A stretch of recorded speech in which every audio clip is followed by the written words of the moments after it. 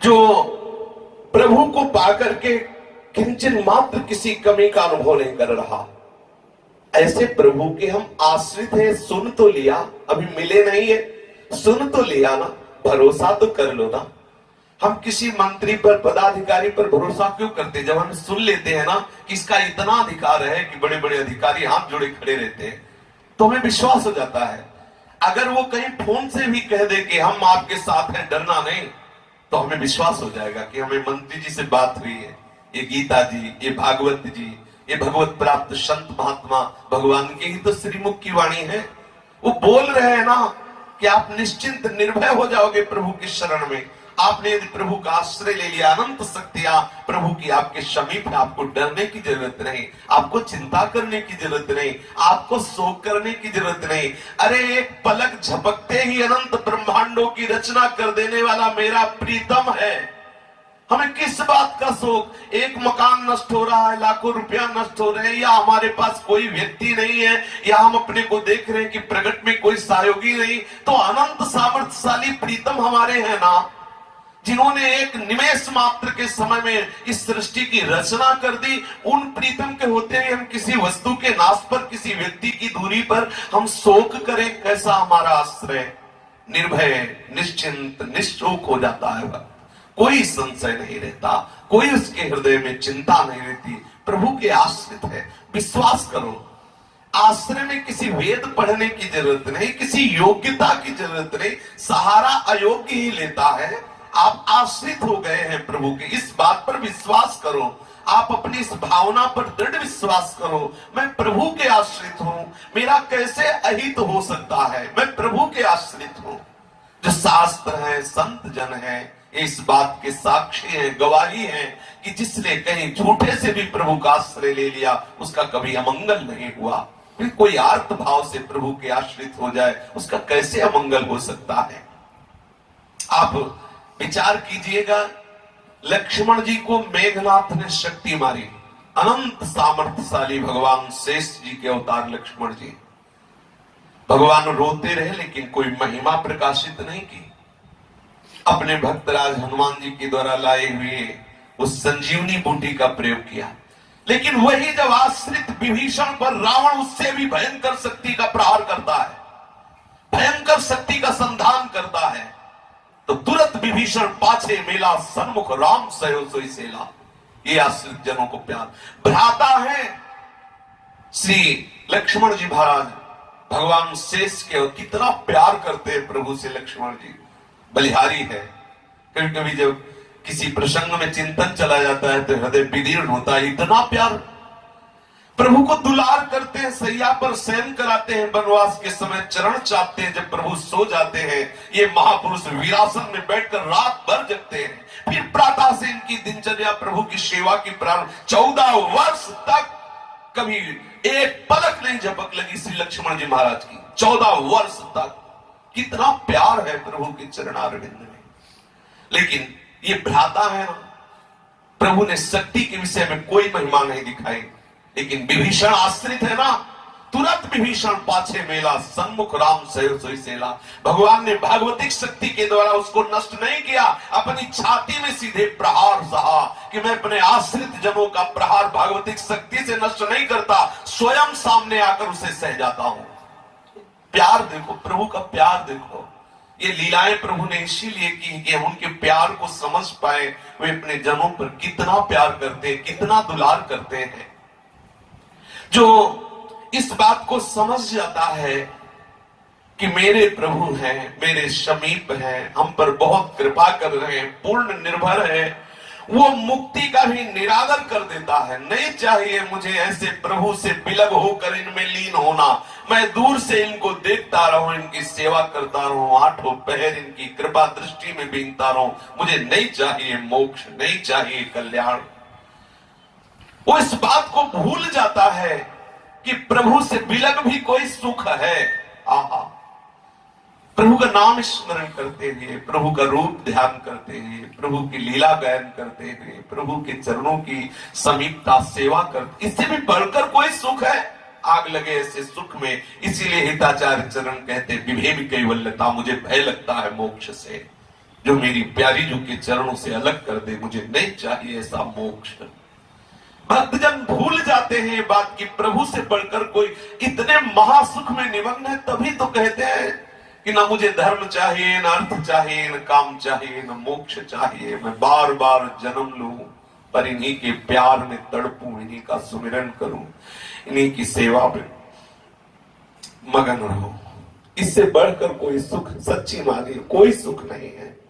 ये जितने भी महान सुख अखंडानंद आदि है, ब्रह्मानंद आदि है, ये प्रभु के प्यार के आगे कुछ नहीं है। जैसे जैसे आपको प्रभु से प्यार होने लगेगा, आप जान नहीं पाएंगे। प्यार में सहज वैराग्य होता है, सहज वैराग्य। देखो, एक संसारी व्यक्ति जब किसी से प्यार करता है तो बलिहारी शुरू हो जाती है, परिवार से प्यार छूट जाना, यहां तक कि शरीर से, प्राणों से भी प्यार छूट जाना। जिससे प्यार किया है उसकी मुझे प्राप्ति करनी, उसकी समीपता चाहिए। कहीं अविनाशी चिदानंद प्यार समुद्र प्रभु से प्यार हो जाए फिर क्या दशा होगी। एकमात्र प्रभु, केवल प्रभु, अन्य उसके हृदय में रहता ही नहीं। गोस्वामी तुलसीदास जी कहते, बने तो रघुबर ते बने, बिगड़े तो भरपूर, तुलसी और अंते बने ताबन में पे धूल। ये है निर्भरा भक्ति। अगर बनती है तो मेरे प्यार प्राण प्यारे प्रभु की राजी में बने। अगर इनसे बिलक किसी से बनती है तो आग लगे, धूल पड़े ऐसे बनने पे मुझे नहीं चाहिए। मुझे बिगड़ापन ही होना अच्छा है। मेरा कोई भी कार्य, कोई भी परमार्थ या व्यवहार किसी और से बने तो आग लगे, ऐसे परमार्थ और व्यवहार पे बने तो इनसे बने। ये है प्यार, हृदय का प्यार। इसी में प्रभु अधीन हो जाते हैं। देखो, जब इतना आश्रित है ना गोस्वामी जी, तो वाराणसी में तुलसी घाट में गोस्वामी जी रामचरितमानस की जो अद्भुत मूर्तिमती प्रियालाल की रसमयी ग्रंथ है, अर्थात सियाराम जी का रसमयी ग्रंथ है रामचरितमानस। संपूर्ण शास्त्रों का मूर्तिमान स्वरूप रामचरितमानस है। कोई किसी ईर्ष्या आदि के कारण भले ही ऐसा न समझ पावे, एक एक चौपाई गूढ़ रस से भरी हुई है। श्री गोस्वामी जी की रामचरितमानस की सूत्रों को सुनकर के वाराणसी के विद्वानों को जलन हुई। ये तो समस्त वेदों का गूढ़ रहस्य प्रकाशित कर दिया। अगर इनका ग्रंथ प्रकाशित हो जाएगा तो कौन वेदों की तरफ देखेगा, क्योंकि इतने जटिल, इतने संस्कृत आदि से सरल भाषा में उन्होंने वेदों का रहस्य और भगवत प्रेम भक्ति का प्रकाश किया। तो ऐसा करे रामचरितमानस को ही चुरा कर गंगा जी में फेंक दिया जाए। ऐसा हुआ।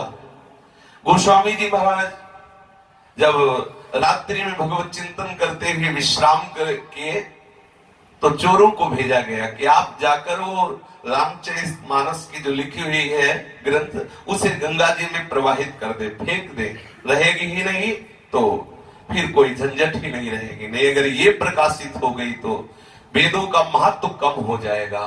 कि कौन वेदों को पढ़ेगा जो इतनी सरल भाषा में वेदों का सार प्रकाशित कर दिया।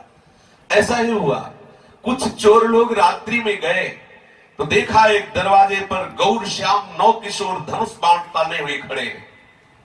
तो सोचा शायद इस दरवाजे पर गोस्वामी जी के कोई अंगरक्षक होंगे, खड़े होंगे। दूसरे पर फिर गए, गोस्वामी जी तो शयन कर रहे लेकिन उनके आराध्य देव धनुष बाण लिए खड़े। आप जरा विचार कीजिए। वो जिस दरवाजे पर गए वहां देखा भगवान श्री राम और लक्ष्मण सारंग धनुष बिल्कुल बाण लिए खड़े हैं।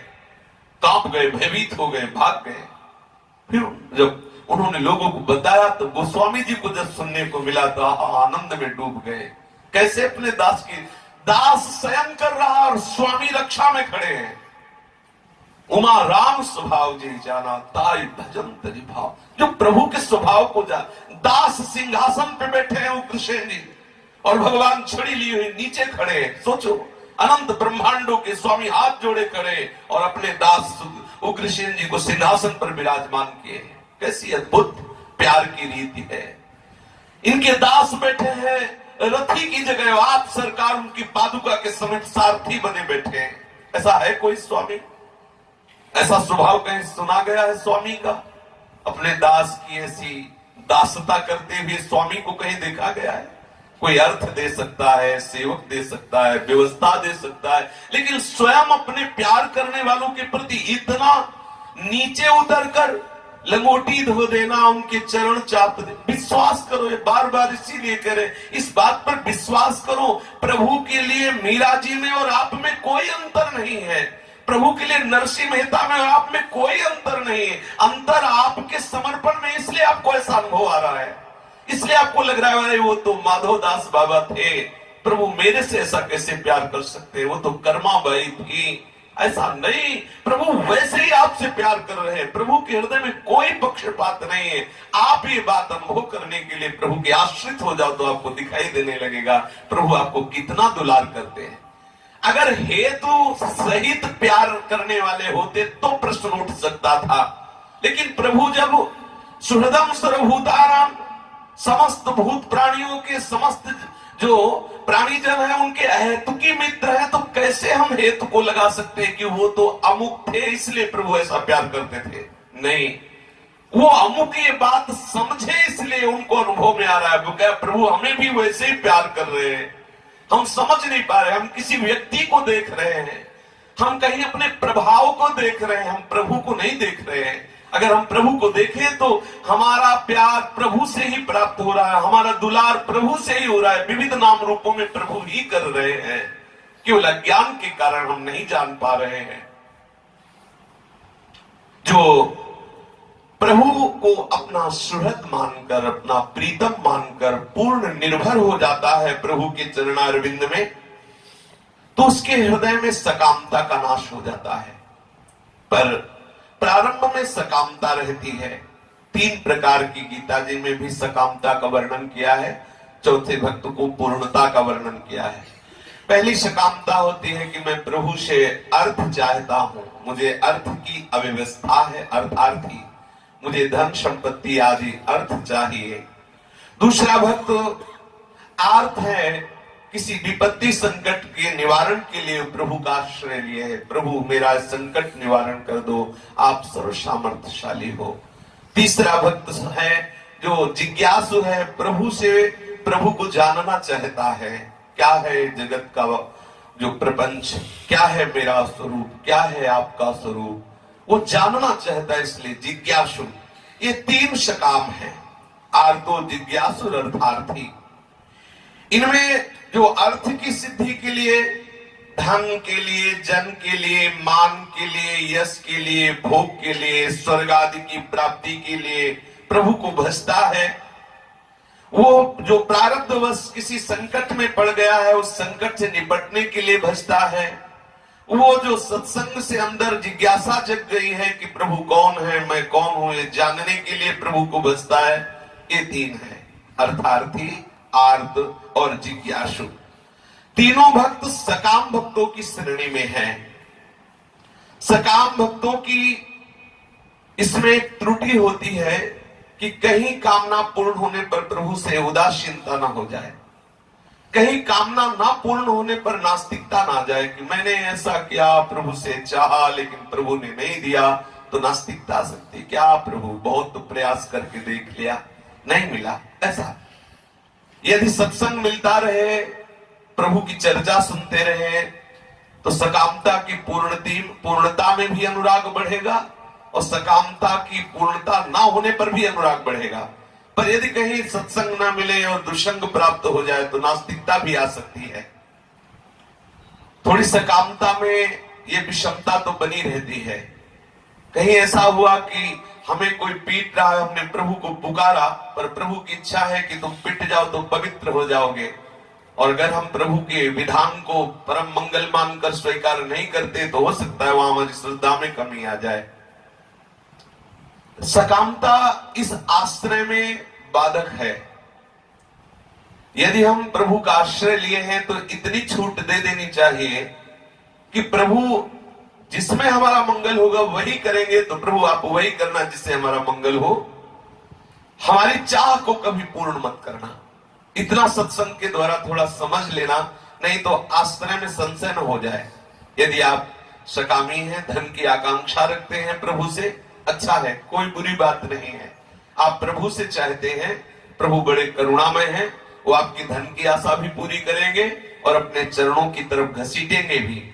पर दुस्संग ना होने पावे, अन्य आश्रय ना होने पावे, तो आप देखेंगे कि हो सकता है बड़े करुणामय है, वो आपको अधिक प्यार करने के कारण धन न दे, कि ये कहीं धन पाकर मतवाला होकर मेरा विस्मरण करके फिर नरक की गर्तों में ना गिर जाए। वो कृपा करके हो सकता है आपको धन ना दे, पर यदि सत्संग प्राप्त है तो आपको आनंद आ जाए। देखो कितने कृपालु प्रभु हैं, मुझे धन नहीं दिया, मैं चाह तो कर रहा था, नहीं दिया, कितने करुणामय है। अगर दे दे तो मैं फंस जाता, अगर दे दिया तो दया में डूब जाता है। देखो कितने दुलार करते हैं प्रभु, मैंने चाहा मुझे दे दी। वो दोनों स्थिति में प्रभु को छोड़ेगा नहीं। पर यदि सत्संग नहीं है, कहीं कुसंग हो गया तो नास्तिकता आने की संभावना होती है। विशुद्ध बात यह है कि जिसमें आप राजी हो प्रभु वही करते रहना। हमें केवल आपसे प्यार चाहिए, आपका आश्रय हमारे हृदय में पुष्ट होता रहे, आपके आश्रय में कोई फर्क ना पड़े। प्रभु के इस मार्ग में चलने के लिए निर्भरता की आवश्यकता है। सकामता इस निर्भरता में बहुत बाधा डाल सकती है। पक्का समझ लीजिए, प्रभु जो चाहेंगे उसी में आपका मंगल होगा, विश्वास कर लीजिए।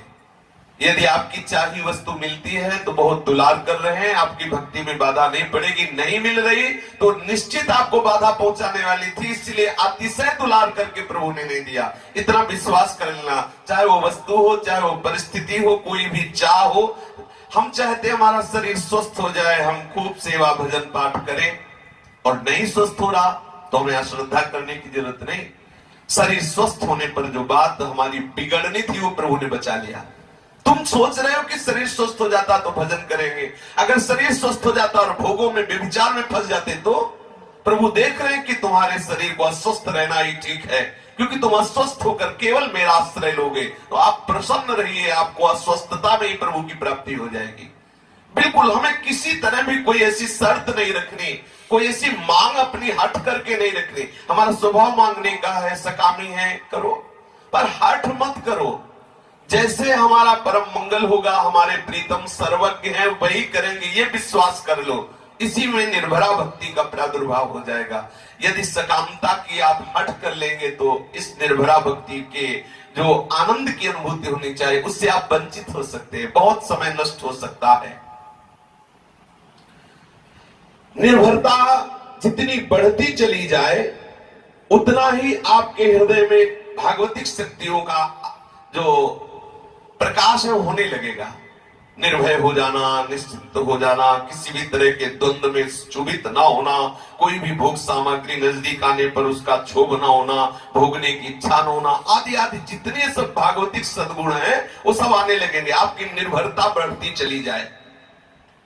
जो मनुष्य कुछ चाहता है उसे अभाव का अनुभव होता है, उस अभाव की पूर्ति किसी वस्तु से होगी, इसको बस सत्य मान लेता है, पर यह नहीं जानता कि वस्तु के अभाव की कमी नहीं हमारे हृदय में, हमारे हृदय में उस वस्तु से आनंद प्राप्ति की कमी है। और हम जिसके आश्रित हुए वो आनंद समुद्र बिना वस्तु के भी आनंद में डुबो देगा। ये थोड़ा समझने का विषय। हम किसी भी वस्तु, परिस्थिति, व्यक्ति आदि से जो चाह करते हैं कि ये वस्तु मिल जाए, ये व्यक्ति मिल जाए, ये परिस्थिति मिल जाए, उसका मूल होता है आनंद। ये वस्तु मिल जाएगी तो हम आनंदित हो जाएंगे, इतना धन होगा तो आनंदित हो जाएंगे, ऐसा मकान मिलेगा तो आनंदित हो जाएंगे। आनंदित तो चाहते हो ना? तो बिना किसी वस्तु के भी आनंद सिंधु आपको महाआनंद दे देंगे। तो वस्तु के प्रपंच में काहे फंस रहे हो? आप हट क्यों कर रहे हो कि ये वस्तु मिले ही तभी हम आनंदित होंगे, ये परिस्थिति मिले ही तभी हम आनंदित हो? बहुत सुलझ ले, बहुत सुंदर बात है।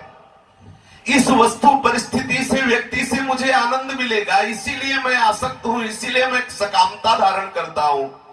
तो आप समझो, जिस वस्तु, व्यक्ति में आप आनंद की खोज कर रहे हो, अगर आनंद अनुभव भी किसी को भूल से भी होता है तो उस आनंद सिंधु के अंश से वो प्रकट हुई, इसीलिए अनुभव होता है। तो जब आनंद समुद्र के आश्रित हो, वो वस्तु नहीं दे रहे तो जरूरी थोड़ी कि उसी वस्तु से ही आनंद मिलता, वो उस बिना वस्तु के भी आपको आनंद में डुबो देंगे।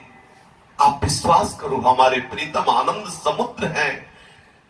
प्रीतम के आनंद समुद्र होने पर दृढ़ विश्वास करो, किसी वस्तु, व्यक्ति, स्थान से जो आनंद की अनुभूति होती है वो भ्रमात्मक है, वो सत्य नहीं है। और ये सत्य सच्चिदानंद है। इन्हें कहा गया है सच्चिदानंद, सच्चिदानंद स्वरूप है। बिना वस्तु के, बिना व्यक्ति के, बिना स्थान के भी वो आपको महाआनंद में डुबो देंगे। अगर मांग रखते ही हैं तो इतनी छूट रखिए कि वो पूर्ण करे तो बढ़िया, ना पूर्ण करे तो बहुत बढ़िया, क्योंकि अब हमारे आनंद में घाटा होने वाला नहीं है। इसके बाद जो प्रेमी भक्तजन है, उनके हृदय में इन लौकिक वस्तुओं की चाह रहती ही नहीं, वो केवल चाहते हैं प्रभु से मिलना। हमारे हृदय में प्रभु का स्मरण चलता रहे, हमारे नेत्रों में प्रभु बसे रहे, यही मिलन सबसे श्रेष्ठ मिलन है। ये जो कुछ क्षण के लिए साक्षात्कार हुआ फिर अंतर ध्यान हो गए, प्रेमी जन इसका विशेष आदर नहीं करते। प्रेमी जन आदर करते हैं इन नयनों में तुम बसे रहो काजल की तरह, और हृदय में प्रति श्वास प्रश्वास में सहज स्मृति बसी रहे। ये बहुत सुंदर भागवती की स्थिति है। प्रभु पर निर्भर होते ही प्रभु का चिंतन प्रारंभ हो जाता है, प्रभु का नाम स्मरण। नाम स्मरण किसी भी स्थिति में ना छूटे, ये बात तुम्हें पकड़नी है बहुत जोर से, बहुत जोर से। और ये जैसे जैसे हम प्रभु पर भरोसा करके आश्रित होते जाएंगे, वैसे वैसे ये नाम स्थिति चलने लगेगी। बड़े बड़े महाभागवत पुरुष हुए हैं भक्तों में, जैसे श्री कबीरदास जी, श्री नानक जी महाराज, श्री तुकाराम जी, रामदास जी, ज्ञानदेव जी, सोपान देव जी, मीरा जी, तुलसीदास जी, सूरदास जी, नंददास जी, चरणदास जी, दादू दयाल जी, सुंदरदास जी, सहजोबाई जी, दयाबाई जी, सखूबाई जी, आदि आदि। वृंदावन के नित्य विहार रस में डूबे हुए रसिक महापुरुष सबने अनुभव किया है कि आश्रित होकर नाम जपना। दो बातें हैं, भगवत आश्रित। गोस्वामी जी ने तो बिल्कुल सरलता से इस बात को कह दिया।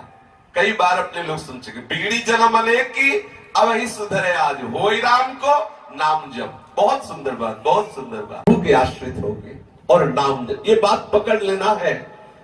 हमसे कोई साधन बने न बने, हम प्रभु के आश्रित है, नाम जप चलते रहना चाहिए। क्या जाता है इसमें, कोई पैसे खर्चे करने की बात नहीं। अच्छा, इसमें यह भी नहीं है कि आप अंदर ही अंदर मन से जपो, आप जोर जोर जपो, राधा राधा राधा राधा राधा राधा। आप इसे वाचिक जपो, उपांश जपो, मानसिक जपो।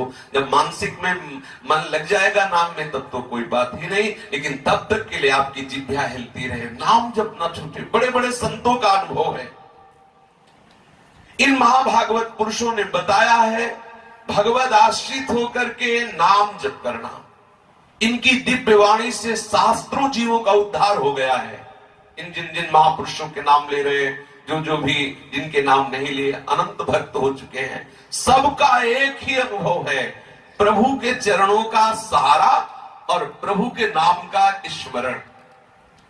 ये इस समय जो नाम की महिमा को गौर समझते हैं कि अरे नाम से क्या होगा, मैं ब्रह्म हूं इसका अनुभव करो, बिना नाम जपे इसका अनुभव भी नहीं हो सकता।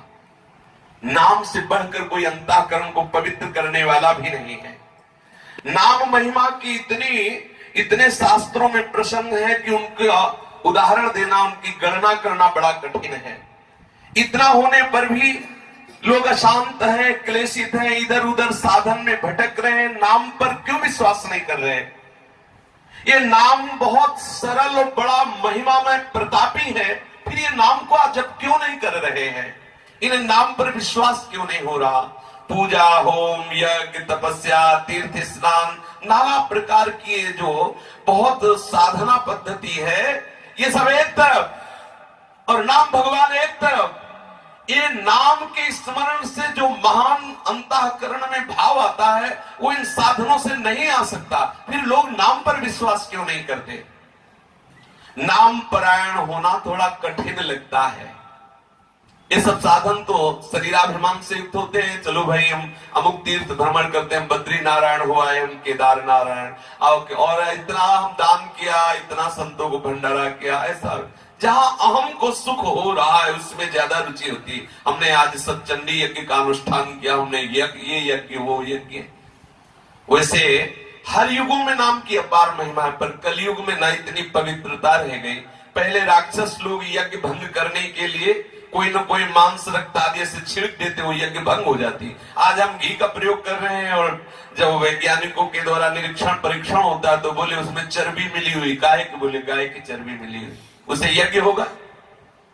कोई भी सब्जी फल ऐसा नहीं जिसमें वो इंजेक्शन आदि न डाला जाए। कौन सी पवित्र वस्तु जिससे हम यज्ञ कर सकते हैं? अच्छा, अगर यज्ञ आदि है तो सर्वश्रेष्ठ यज्ञ है जो है वही हम करें ना। सर्वश्रेष्ठ यज्ञ क्या है? जप यज्ञ, यज्ञानाम जप यज्ञोष्मी भगवान कहते हैं सर्वश्रेष्ठ यज्ञ। ना इसमें घी की जरूरत है, ना दूध की जरूरत है, ना इसमें पंडित की जरूरत है, ना जजमान की जरूरत है, ना रुपया की जरूरत है, ना पैसा की, और सबसे श्रेष्ठ यज्ञ है ये ताप। महान महिमा है तपस्या की। हमारी जिह्वा हर समय राधा राधा राधा वल्लभ राधा वल्लभ, या जो भी गुरु प्रसाद से नाम मिला है जब, इससे बड़ा कोई तप नहीं है, इससे बड़ा कोई तीर्थ नहीं जो नाम रूपी तीर्थ में डूबा।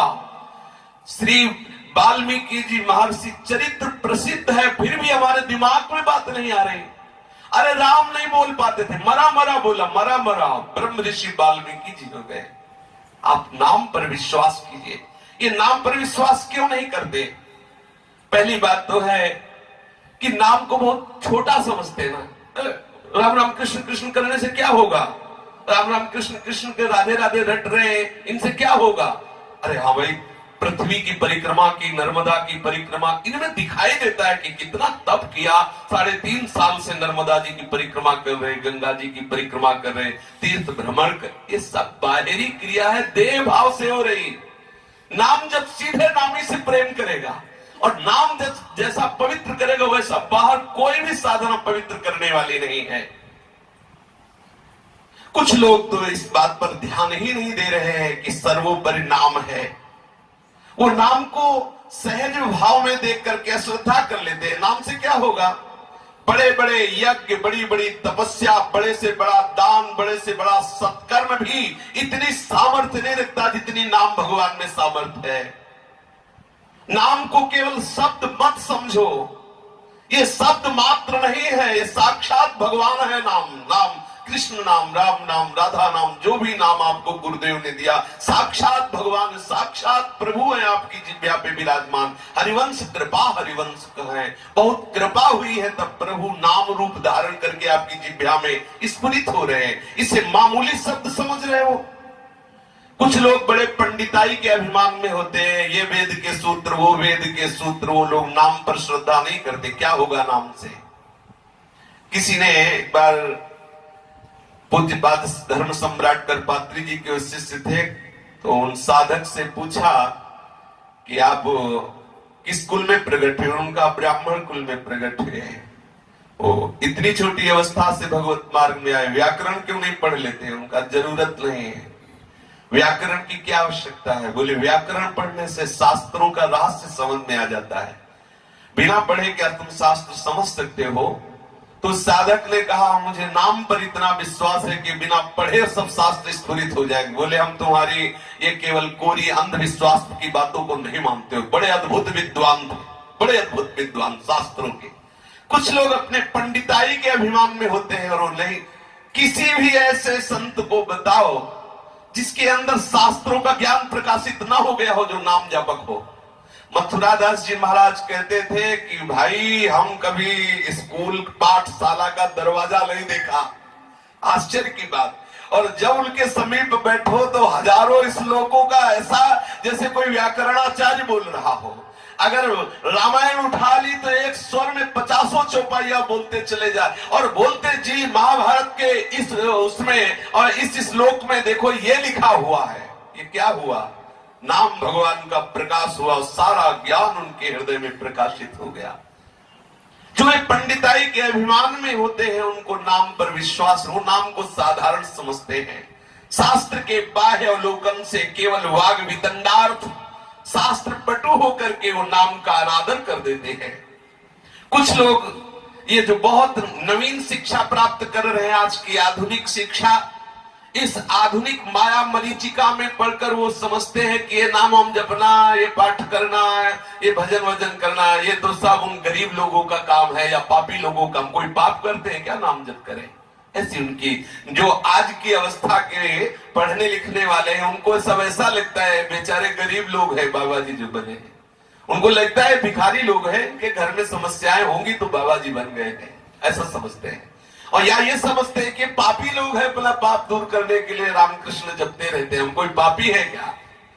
कुछ ऐसे सुधारक उपदेष्टा होते हैं जो स्वयं भगवान बन जाते हैं और प्रभु के नाम रूप से साधकों को अलग करने लगते हैं।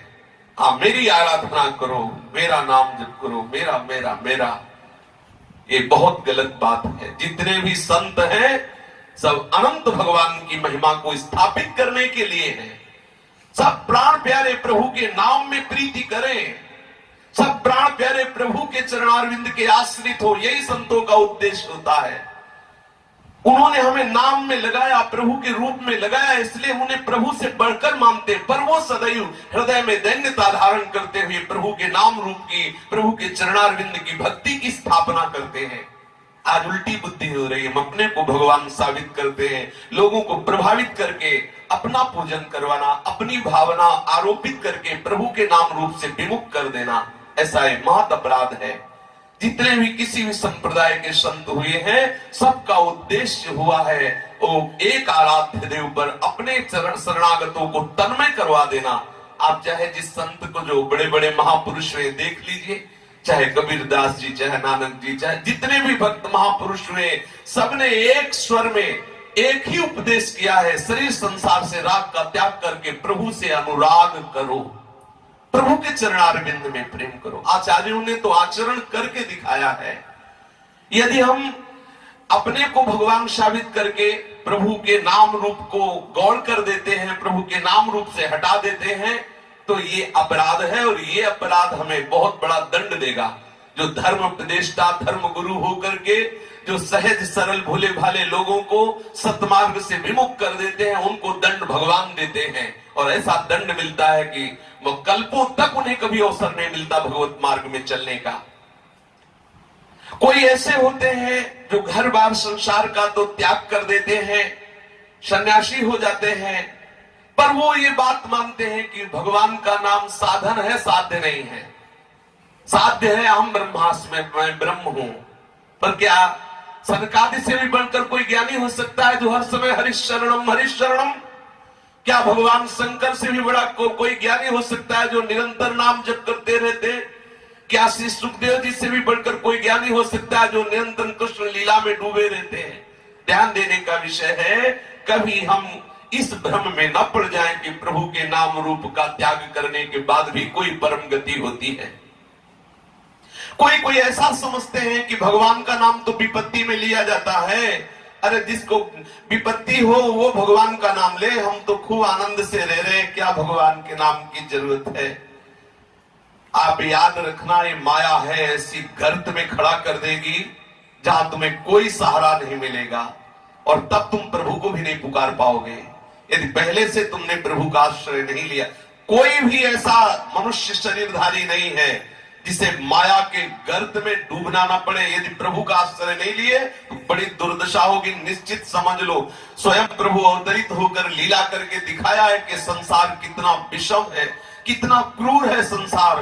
निर्मल महात्माओं को गड़ासे से काटा गया, ऐसा क्रूर संसार है। तुम्हें कहां से फूल माला चढ़ा देगा? ये फूल माला चढ़ा रहा तो फांसी का फंदा है, समझ लेना। अगर प्रभु का नाम, प्रभु का आश्रय छोड़ दिया तो आप ये समझ लो कि जैसे कोई समुद्र में कूद पड़ा हो और तैरना ना आता हो। कैसी दशा! अथाह समुद्र है, कूद पड़ा, तैरना नहीं आता। ऐसे ही संसार ये अथाह भ्रमजाल है। यदि इसमें भगवान नाम का सहारा नहीं, प्रभु के चरणों का सहारा नहीं, तो आप खुद समझ लीजिए कैसी दुर्दशा। और है दुर्दशा। छोटी छोटी सी वस्तुओं की राग में एक दूसरे की हत्या, थोड़े से लोभ के लिए कितना महान महान पाप कर रहे हैं। ये जो लोग समझते हैं कि भगवान का नाम केवल विपत्ति में ही लिया जाता है, ये बड़ी मूढ़ता है। यदि आनंद में प्रभु का सुमिरन नहीं किया तो जब विपत्ति आएगी तो कैसे सुमिरन होगा? जीते जी भजन नहीं किया तो मृत्यु के समय कैसे भगवत स्मरण हो जाएगा? सावधान होकर के प्रभु का आश्रय और प्रभु का नाम जब ही सर्वोपरि है, इस भाव। अपने आप ब्रह्म ज्ञान, कौन सा ज्ञान बकाया है? कौन सा ज्ञान भक्तों के जीवन में? सबको ज्ञानी कहा गया और भक्तों को महाज्ञानी कहा गया। विश्वामित्र महामुनि ज्ञानी, गरुड़ महाज्ञानी गुण राशि, ज्ञानी नाम अग्रगण्यम श्री हनुमान जी को कहा। कौन ऐसा भक्त है जिसको अज्ञान घेरे रहे। अरे प्रभु के चरणों का आश्रय ले लिया। सच्चा ज्ञान तो प्रभु के चरणों से ही होता है। आचार्य गुरु प्रभु स्वरूप ये किसी भी संप्रदाय का हो, आचार्य गुरु के चरणों से विशुद्ध ज्ञान प्राप्त करता है। कोई भी आचार्य परंपरा आज तक हमें ऐसे नहीं मिली जिसमें नाम जप का विरोध किया गया हो। आजकल हम उस नाम को गौर कर लेते हैं और आचार्यों के हृदय की भाव नहीं समझते हैं। जहां नाम छूटा, हरि आश्रय छूटा, सोच लो बिना तैरने वाला जैसे समुद्र में क्या दशा को प्राप्त होता, वैसे ये भव समुद्र है। भव समुद्र चाहे जितना कहो हम ब्रह्मास्त्र में, एक झटके में माया रौंद देगी। और देखा है, माया को रौंदते हुए देखा है। मुख से ब्रह्म सूत्र बोले जा रहे हैं और हृदय में और आचरण में माया का आकर्षण भरा हुआ है। हरि शरणम, प्रभु की शरण में है और प्रभु का नाम है। निश्चित समझो सीम की चाप सके को तासु बड़ रखवार रमापति जास। जिसके प्रभु रखवारे हैं उसे कौन गिरा सकता है। प्रभु के आश्रित रहो, सदैव प्रभु के नाम का, इस नाम न छूटे, सदैव नाम का स्मरण। आप देख लो आपको क्या अनुभव होता है।